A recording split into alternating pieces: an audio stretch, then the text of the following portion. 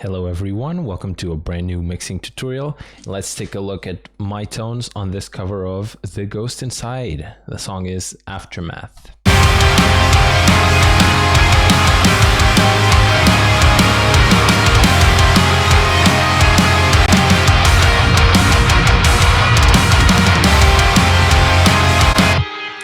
My first time listening to The Ghost Inside, what an awesome song, what a beautiful story those guys have.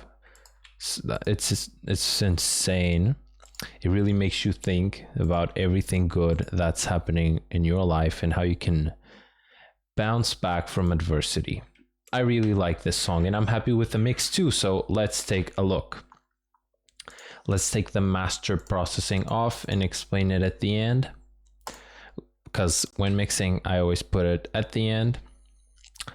Now let's move over to drums. So drum sound, this is the drum sound I have developed in the Wage War Alive cover. So to get the full rundown on this drum mix, you look up on the Patreon page Wage War Alive and you go to that mixing tutorial and you'll get the full rundown. It comprises of, let me see if I can play them. All the effects are off, but no, but that's okay. I froze them into one track because it was very hard to get all the plugins going at the same time and record the tutorial. So this comprises of modern and massive shells, which are very thick, nice, and natural. And then those are reinforced with one-shot samples that I play through the same MIDI. So Andrew Wade drum shots, more precisely. The sledge kick and the sledge snare. You can see all about how I combined these in the Wage War Alive mixing tutorial. It gets you a very characteristic metalcore one-shotty big sound. Sounds like that. Very consistent hits on the kick and snare, slamming. Oh, what are the cymbals though? Fuck. Okay, and the cymbals are the Periphery 4 kit. I just noticed I didn't speak of cymbals, but yeah. Go to the Wage War Alive mixing tutorial and you can get the full rundown on this drum sound. I don't need to go on and explain it again. Bass tone. This is an epic bass tone.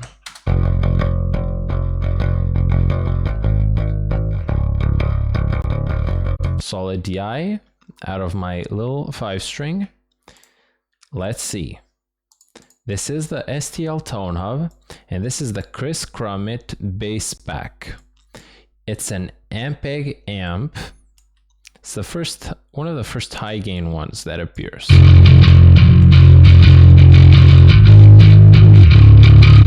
Sounds very big, but very 40 as well, very in balance when it comes to the balance of low end and high end attack. And you guys know how I like to balance that. I don't grab any old EQ.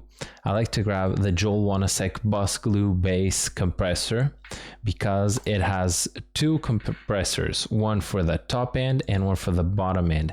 And this allows me to get the different levels between those in a different way than just an EQ would.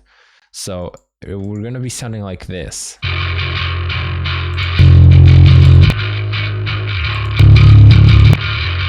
Very drastic volume difference as well, but you can see I boosted the top end a bit, limited it, and left the bottom end mostly unaffected, just turned it down. And before that, I will hit this with R-Bass to generate some further low end before I hit this compressor. At around the 60 Hertz frequency, very deep, 58 is the frequency of this B flat.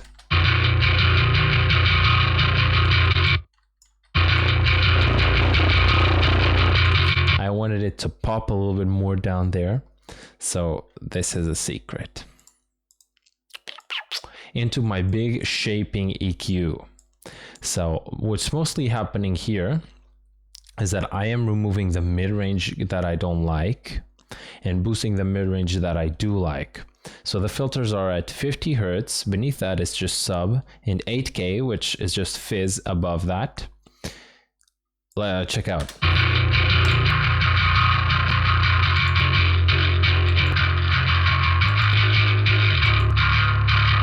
Very, very big difference. So the main mid-range I want to hear is this 1K, which is boosted. Nice grind there.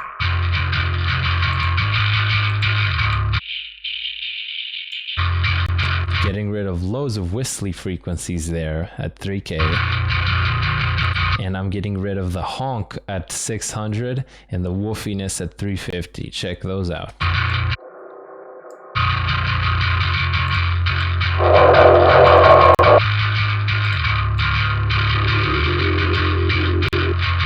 There's also a little node at 130 that I ease as well.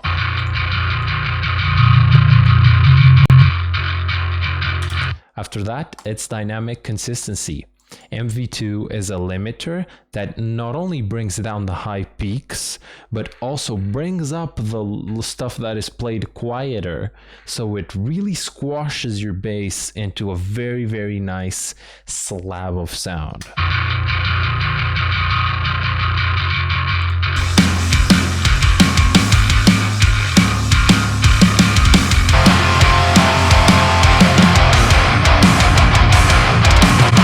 Okay, let's discuss this guitar tone, which has some very, very cool implications.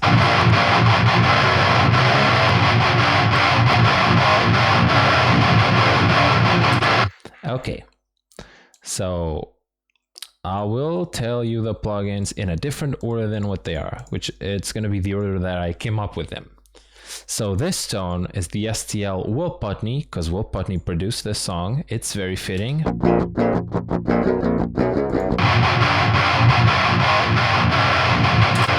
I knew I wanted a tone with a kind of a honky mid-range. Not honky, but like high honky in the... I'm not even sure, like if you hear the original.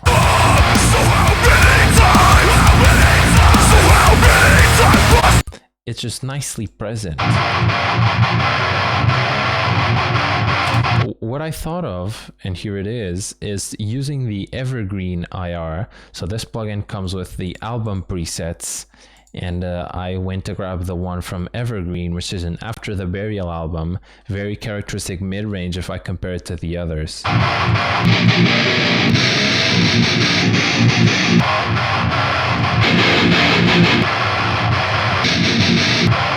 Has this very smooth but still bitey shape. This is way too scratchy. This is bitey. It has teeth, is how I describe it. I'm stupid, but whatever. And the amp I like the most for this application was the Mesa, because it's very saturated in the highs and very focused in the mid-range as well. It's not very boomy at all. It's a very, very tight amp.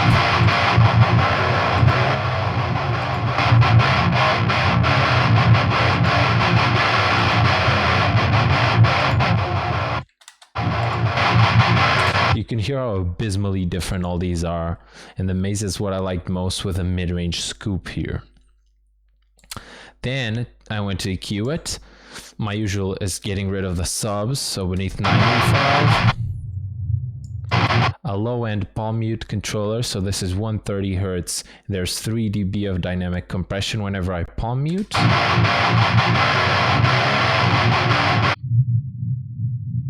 You can see it control those palm mutes here, and some mid-range control. There's a spike at 2.5K.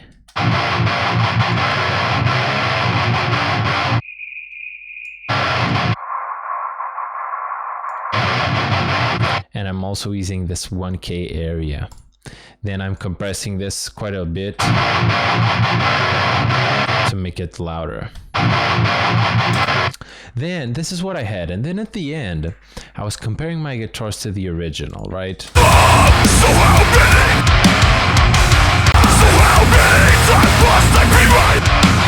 It's missing my mastering chain, which I was listening through, but you can still tell the original guitars very rich in the low end.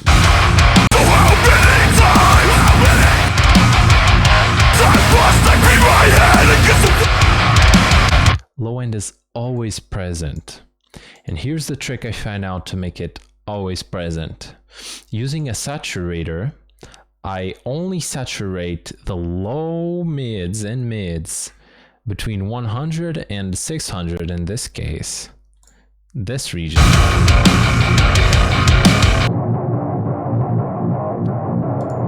Which is usually like this. I distorted it, and it's giving me this consistency in the low end that doesn't go up on palm mutes. Like, it's always the same size, and it's always very big.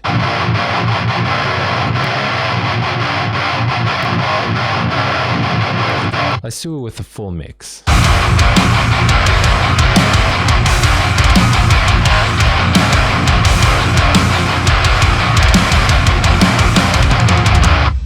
With the full mix is more apparent, and with the master on, it's even more. So yeah, that was a trick. That's today's trick. Nice. Lo-fi sound. Same tone, but you just go to the EQ and you blast the filters. And you turn down the gain. 330 high pass and 5.6 low pass. All right, let's get to these leads. Very cool in this song.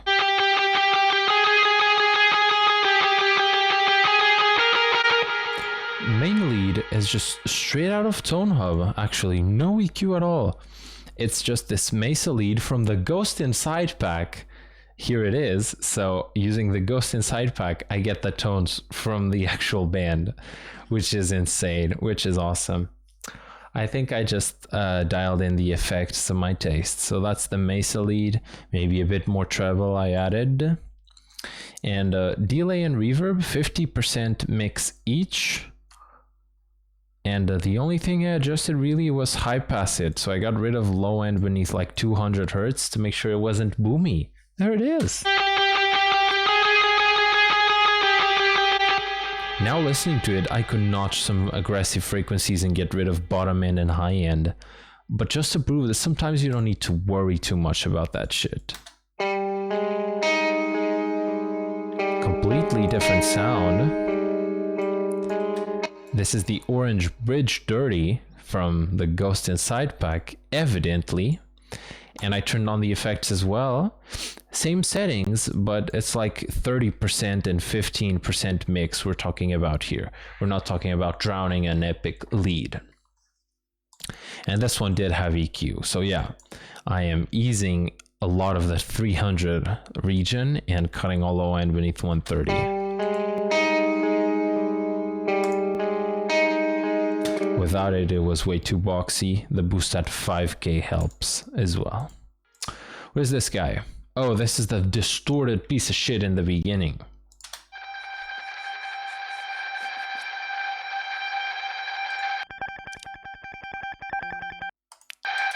The way you get this effect is by, so this is Mesa lead. Grab any lead tone you like. You grab your delay and reverb pedals and you put them before the amp. So it's this pre-switch here. If you put them after the amp, it's nice and lush. Not really, because the sound is aggressive, but if you put them before, it gives you this mess of distorted repeats.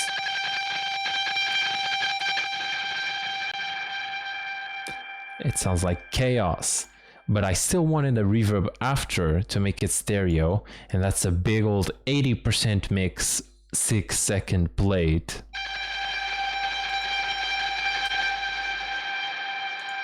Super cool. Control those harsh spikes at 3K with harshness control. Yep, gone. This is a, well, it's a harshness control tool. There's a damping knob, and this guy automatically gets rid of some of those annoying notches. As well as lo-fi it further with FabFilter, EQ.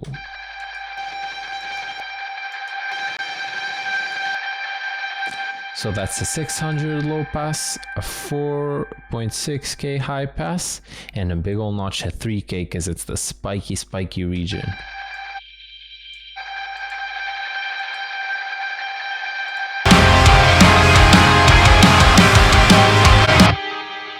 Nice. Now what? Oh god. Excuse me, as it is getting late, but the content is more important. Ah yes, beautiful cleans. So this tone is called Big Shimmer on the Tone Hub, and it's Romesh Dodangoda, the pack. Awesome producer. This guy did the fucking Bring Me the Horizon record. If that's not big enough, I don't know what is. And these tones are all very, very nice. Big Shimmer.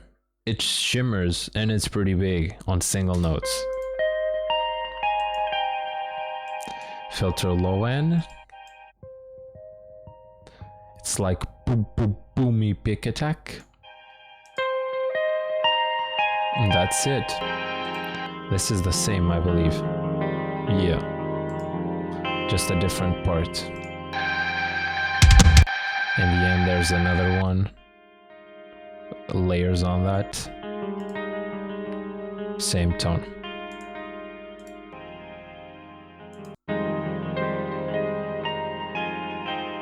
Yeah. These interlude cleans, let me see. Oops. Oh, the interlude cleans are the dirty bright one.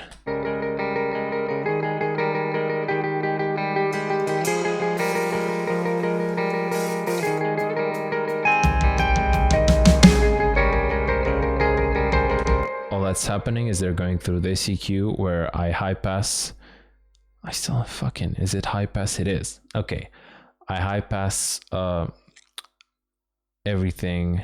And what am I high passing? What's below or what's... I high pass the signal at 120 hertz. So I cut everything beneath that. I get rid of some 300 as well.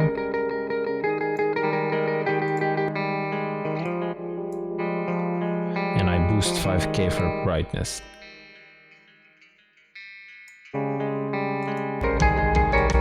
All the other tones are the same. But this one has extra reverb.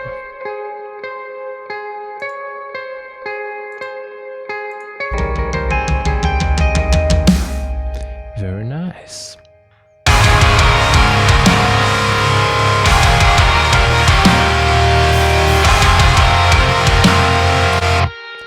Other than that, we just have our usual explosion sound. But there's an EQ on it today. A low pass at 6k that gets rid of some of the harsh attack. It's good for some applications, but today I just want the boom. This helps.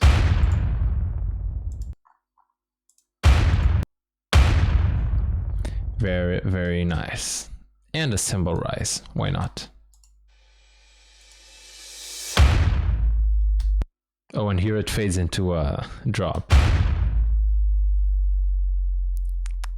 Ninja tactics. All right.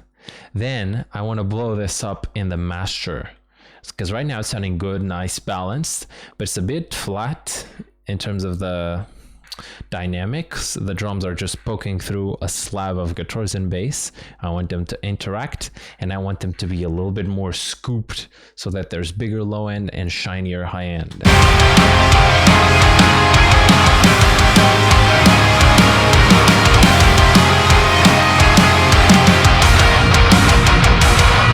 First step is Gullfoss. This guy is an automatic EQ that tries to enhance what's good about your mix, bring it up, and just make it more pleasant to the human ear. This recover parameter, which is what I mostly use, tries to get a low-end balance that turns down your kick and turns your bass up dynamically, and it gives you a sheen in the top end that's hard not to hear. Listen for the cymbals and guitars.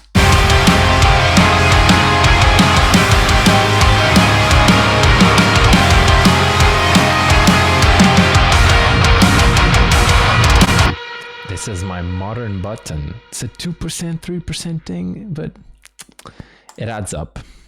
My compressor of choice, Joel Wanasek Bus Glue Mix. The transformer and no small time options. No small time gives you a little bit more of that shine that Gullfoss does, and the steel transformer gives you 50 hertz thickness. And then the compressor is hitting the kick and snare, so that when the kick and snare hit, everything else moves along with them a little bit.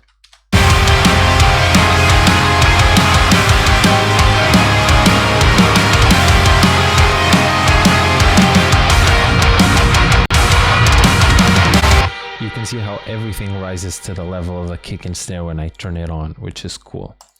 And the final tool that applies this scoop thing is my multiband compressor.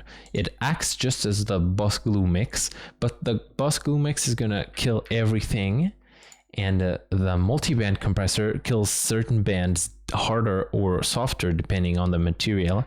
And usually my material goes into this guitar heavy, so it kind of kills the guitars in the mid-range band.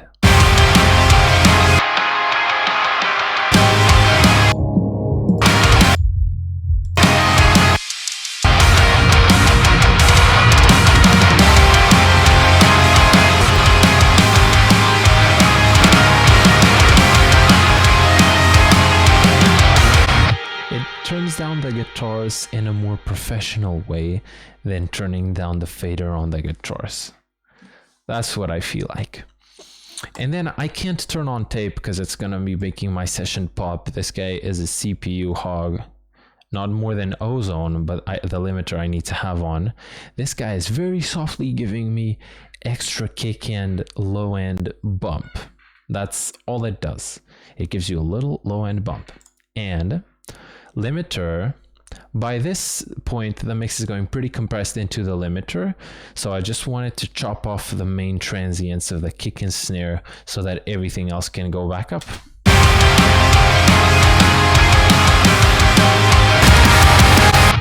Oops. You can see it chomping down on kicks and snares alike. That's what I like limiters to do. And that is today's mix. Thank you so much for your support, guys. I hope you learned something awesome. There's Saturn on guitars. There is R-Bass choosing a specific note.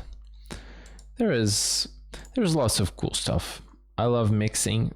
I hope you love mixing too. It's very fun to make songs sound like actual songs. And yeah, I hope you guys have an awesome day. Thank you so much for your support, and I'll see you in the next one. Take care.